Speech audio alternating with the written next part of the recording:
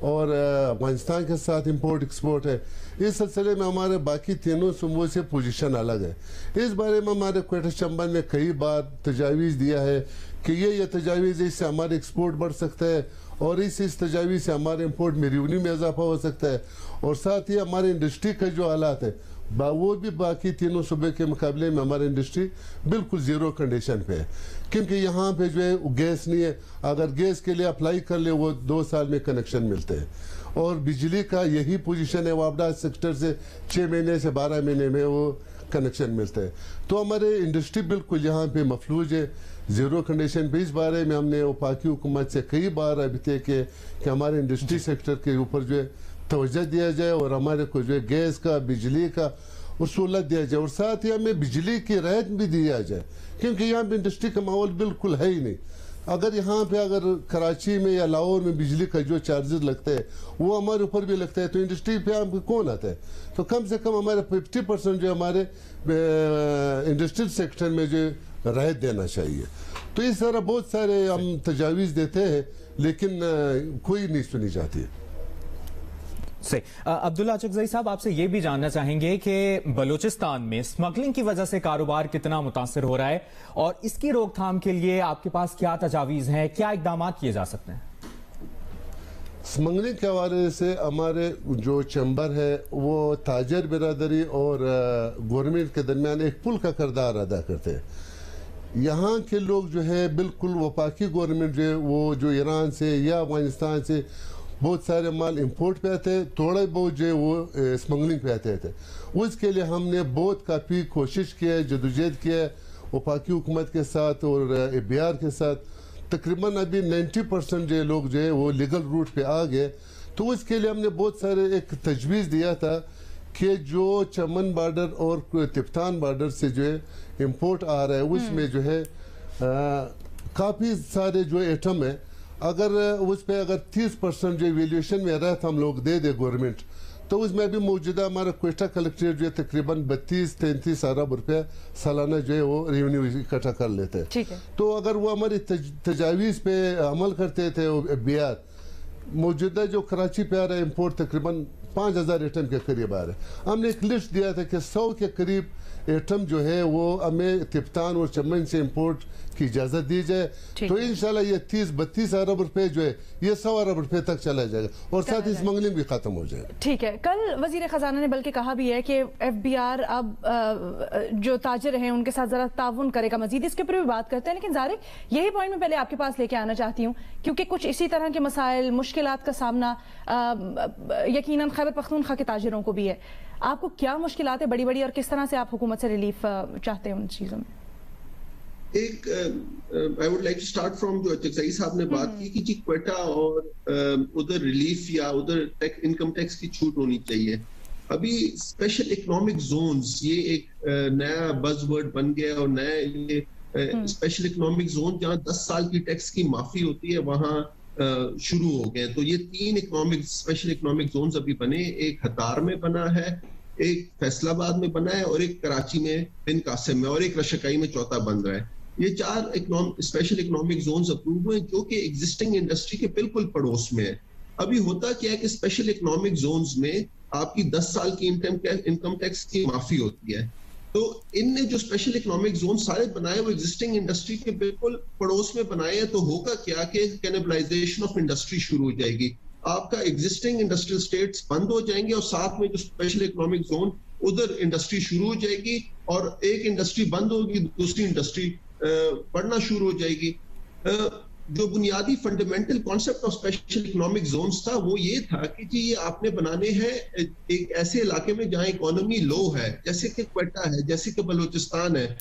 تو جیسے اچکزئی صاحب نے فرمایا کہ جی ہمیں کوئی انسینٹیو ملنا چاہیے تو special economic zones instead of already economic generating areas naan economy generating areas میں بننے چاہیے تھے. یہ گورنمنٹ کی بالکل مس الائنڈ ڈائریکشن ہے SCZs کی لحاظ تک. اسی طرح ایک دوسرا پیکج گورنمنٹ نے نکالا جس میں انہوں نے الیکٹریسٹی ریلیف دی اور اس میں بھی یہ نومبر میں نکالا تھا جس میں انہوں نے electricity incremental use of electricity پہ چھوٹے فیکٹریوں کو 50% ریبیٹ دی اور بڑی فیکٹریوں کو 25% ریبیٹ دی.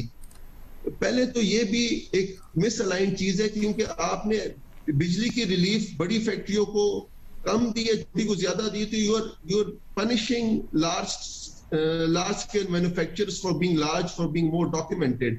یہ ریلیف بھی ٹارگیٹڈ ہونی چاہیے تو ان علاقوں کے لیے جہاں انڈسٹری آلریڈی نہیں ہے, جیسے ساؤتھ کے پی کے ساؤتھ کے علاقے ہیں, جیسے بلوچستان کے علاقے ہیں, جیسے لوور پنجاب. تھوڑی یہ بھی ہو سکتی ہے لاجک کہ چونکہ بڑی فیکٹریز جو ہیں یا بڑی انڈسٹریز جو ہیں وہ اپنے آپ کو سسٹین کرنے کے زیادہ قابل ہوتی ہیں, تو چھوٹیوں کو زیادہ انسینٹیوائز کیا جا سکتا ہے. آپ کی بات پھر بجٹ ڈسکشن کو آگے بڑھاتے ہیں. زارق خان صاحب ہمارے ساتھ موجود ہیں, عبداللہ چکزئی صاحب ہمارے ساتھ موجود ہیں. زارق خان صاحب, بہت سے مسائل ہیں, عوامی مسائل بہت ہیں, عوام کی ایکسپیکٹیشنز بہت ہیں, عوام کی امیدیں بہت ہیں, مہنگائی, لوڈ شیڈنگ, پانی, گیس اور بے روزگاری اور کئی مسائل ہیں جس سے عوام کی بہت سی ایکسپیکٹیشنز ہیں اس بجٹ سے متعلق. آپ سے جاننا چاہیں گے کہ بے روزگاری کے جو معاملات ہیں, روزگار فراہم کرنے کے لیے, روزگار کے مواقع دینے کے لیے کیا اقدامات کیے جا سکتے ہیں اس بجٹ میں؟ عوام بہت سی امیدیں رکھے ہوئے ہیں, کیا ایکسپیکٹ کیا جائے عوام کی طرف سے روزگاری کے متعلق؟ ہاں جی, سب سے پہلے تو علینا نے بات کی کہ جی پچھلی بریک سے پہلے کہ جی چھوٹوں کو ریلیف ملنی چاہیے, بڑوں کو وہ اپنے آپ کو سسٹین کر سکتے ہیں. تو ٹیکس نے تھوڑا اس طرح کیا ہے کہ جی پوائنٹ آف سیلز ان نے بڑے سٹورز پہ لگا دی ہیں, چھوٹے سٹورز پوائنٹ آف سیلز نہیں لگائے. It is not a matter کہ جی کون بڑا ہے کون چھوٹا ہے, it's a matter of sector. اگر آپ سیکٹوریل وائز انٹرونشنز کریں تو وہ زیادہ بہتر ہوگا. تھرو آؤٹ دا سیکٹر آپ کا ایک ٹیکس کا ریٹ بڑھ جائے, تھرو آؤٹ دا سیکٹر کم ہو جائے, دیٹ از گڈ, انسٹیڈ کہ آپ ایک ہی سیکٹر میں مختلف سلیبز بنا لیں. تو that is what I wanted to respond before you went on the break. جہاں تک مہنگائی کی بات کی, جہاں تک آپ نے مہنگائی کی اور ریلیف کی بات کی عوام کا, تو روزگار مواقع میں اضافہ کس طرح کیا جائے یہ جاننا چاہ رہے ہیں. میں اس کے اوپر ہمارا مزے کی بات یہ ہے نا کہ پچھلے 3 ٹینیورز ہیں, ایک پیپلز پارٹی کی تھی, پھر نون لیگ کا تھا اور پھر پی ٹی آئی کا تھا. یہ اپنے آپ کو تو مختلف دکھاتے ہیں ان ٹرمز آف کہ جی ہم بڑی مختلف ہماری سوچ الائنمنٹس ہیں, لیکن سب بجٹس میں معذرت کے ساتھ 25% ہمیشہ ڈیٹ سروسنگ ہوتی ہے, 20% فورسز اینڈ اسٹیبلشمنٹ کی طرف جاتا ہے, 15 سے 20% پی ایس پی کی طرف جاتا ہے, 20% پبلک اسپینڈنگ کی طرف جاتا ہے, 20% نان ڈیولپمنٹ اسپینڈنگ کی طرف جاتا ہے. تو اوور آل ہول جو الائنمنٹ ہے ساری گورنمنٹس کا ایک اسٹیٹس کو قسم کا بجٹ پچھلے 12 سال سے آ رہا ہے, this is an evolution process. کوئی ریولوشنری بجٹ ابھی تک کوئی گورنمنٹ نہیں لا سکی جو کہ بالکل ایک ریولوشنری چیز ہے. روزگار کے مواقع پرائیویٹ سیکٹر کے تھرو ہی پرووائڈ کر سکتے ہیں, گورنمنٹ کے پاس تو نہ, وہ تو الٹا اپنے جابس کم کرنے کے چکر میں, ریٹائرمنٹ کم کرنے کے چکر ہے, جو کہ ایک نیشنل ڈیفیسٹ کو میٹ کرنے کی ریکوائرمنٹ بھی ہے. جب یہ ڈالر کا ریٹ بڑھا ہے تو ایکسپورٹس بڑے, امپورٹ سبسٹیٹیوشن ہوئی ہے, اس سے روزگار کے مواقع بنیں گے. لیکن again the budget is going through an evolutionary phase. Revolutional type of job increase آپ نہیں دیکھیں گے, تھوڑا سا انکریمنٹل جاب انکریزز ہوں گی.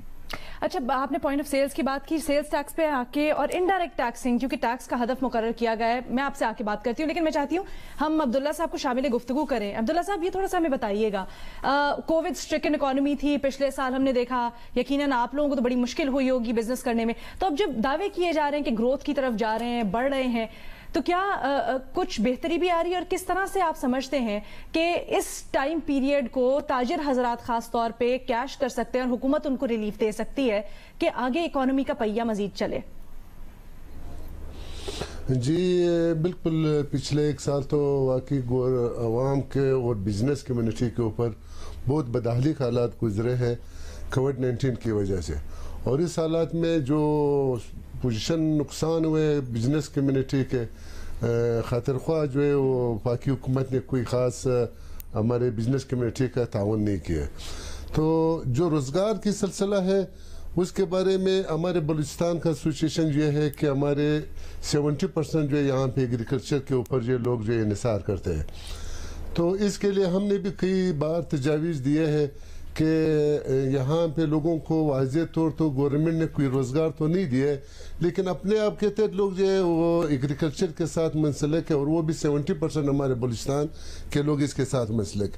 اس میں قدرتی طور یہ کہ یہ ایک سال جو ہے کووڈ-19 کا مسئلہ آ گیا ہے اور خشک سالی ہے، اور پھر اس سال جو ہے بالکل بارشیں نہ ہونے کے برابر ہوا ہے۔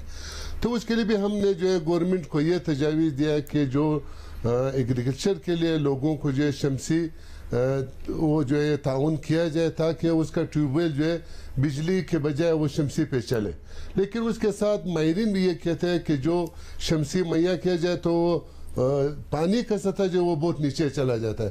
اس کے لیے صوبائی گورنمنٹ اور وفاقی گورنمنٹ نے مل کے جو ہے ڈیم بنانا چاہیے۔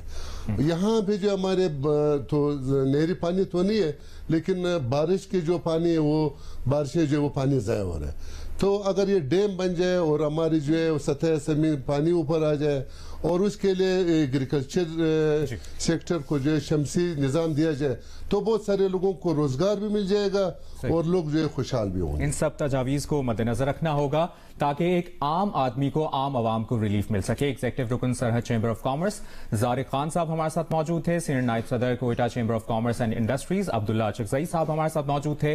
آپ دونوں کے وقت کا بہت بہت شکریہ۔